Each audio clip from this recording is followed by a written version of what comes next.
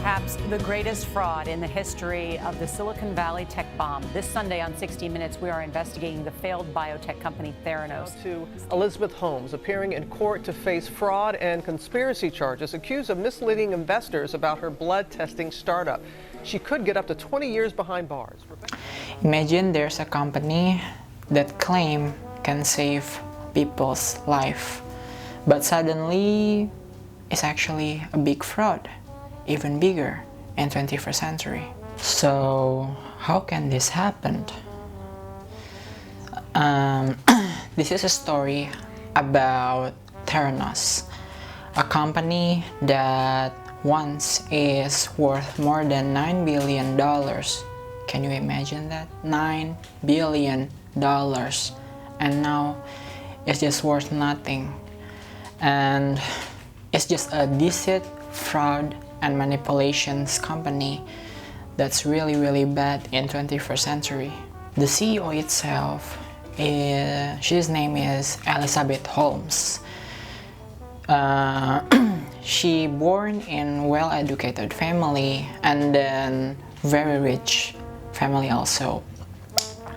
In this condition, it's kind of pressure for her to be more successful in her life. So since in early age, she planning that she wants to be a millionaire in such a young age. At the age of 18, she actually joined Stanford admissions to travel to China to do something like student exchange. And then suddenly she met a person that 20 years old more than her, and he was Sunny actually. And this Sunny, it's kinda leading person inside her company. Another occasion, she tripped to Asia.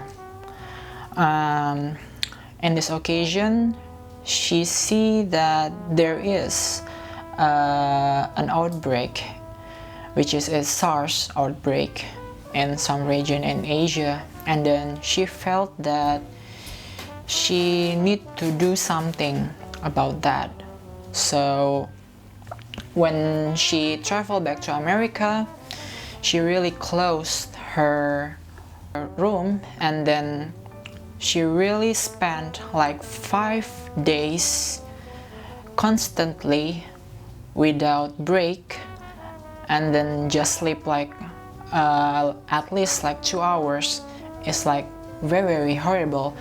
So actually she became friends with this Sunny Balwani that 20 years old than her.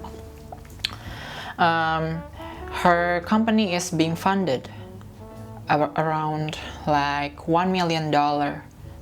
Can you imagine that at age 19 years old, she actually being funded $1 million for her company? That's really insane actually. So she basically just dropped out from Stanford University because actually she always see that like Mark Zuckerberg, also Bill Gates, there's a lot of like Stanford University alumni that being dropped out from Stanford and then being successful without even like finishing their schools. At the end of the year, she saved more than $6 million and changed her idea from wearable patch to cartridge and reader systems. Here, how to supposed to work. First, patient hands will be pricked. Second, yielding small amount of blood and storage it on a small cartridge. Blood inside this cartridge will be run by a machine, and the result can be reformed by this machine. Turner's idea was make a patient more comfortable without afraid being injected and with faster result on the spot using internet data system. Sounds genius, right? But sadly, those blood tests was being diluted and costing the result are not accurate anymore. That's the T. At the end of 2014, even with her company hefty funding, she still didn't share her innovation idea to peer-to-peer public medical journal, and people start making fun of her. And in the end, the crack beginning to surface upon her empire.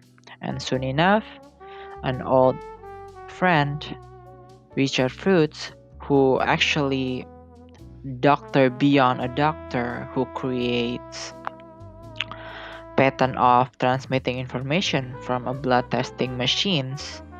Actually, he pay a former investigator from a Bill Gates, and then they are like wolves searching what is actually could be wrong about this company. Richard Fruits also gang up with the THERANOS skeptics, collecting all of the information regarding to the THERANOS fraud, and then collecting all the data and then give it to John Carreyrou, one of the Wall Street Journal journalists. While John began to investigating, countless of former employees of Theranos, even though with they are going to Theranos, they are even confessed that all of the tests mostly is being tested by third-party machine, not by their own machine. That's very horrible, horrible lie. While Elizabeth keep make appearance to media and magazines such as Fortune, Forbes, and even White House, she really enjoyed that short popularity. That's strangely enough. And at the end, all of that glamorous tale began to crack. In October 15, 2015, Wall Street journalist John Carreyrou reveals all of the information to the public, and soon enough, people are shocked, like terribly shocked, and questioning, is this true or not? To actually Elizabeth. To defend herself, she appeared on Mad Money TV show, the famous TV show in America, with her characteristic low baritone voice. Once again, she is lying to the public. And soon enough, in 2017, all of her business partners sued her one by one. And until now, June 2018, the grand jury indicted both Holmes and Balwani on 9 counted of wire frauds and 2-count conspiracy to commit wire frauds.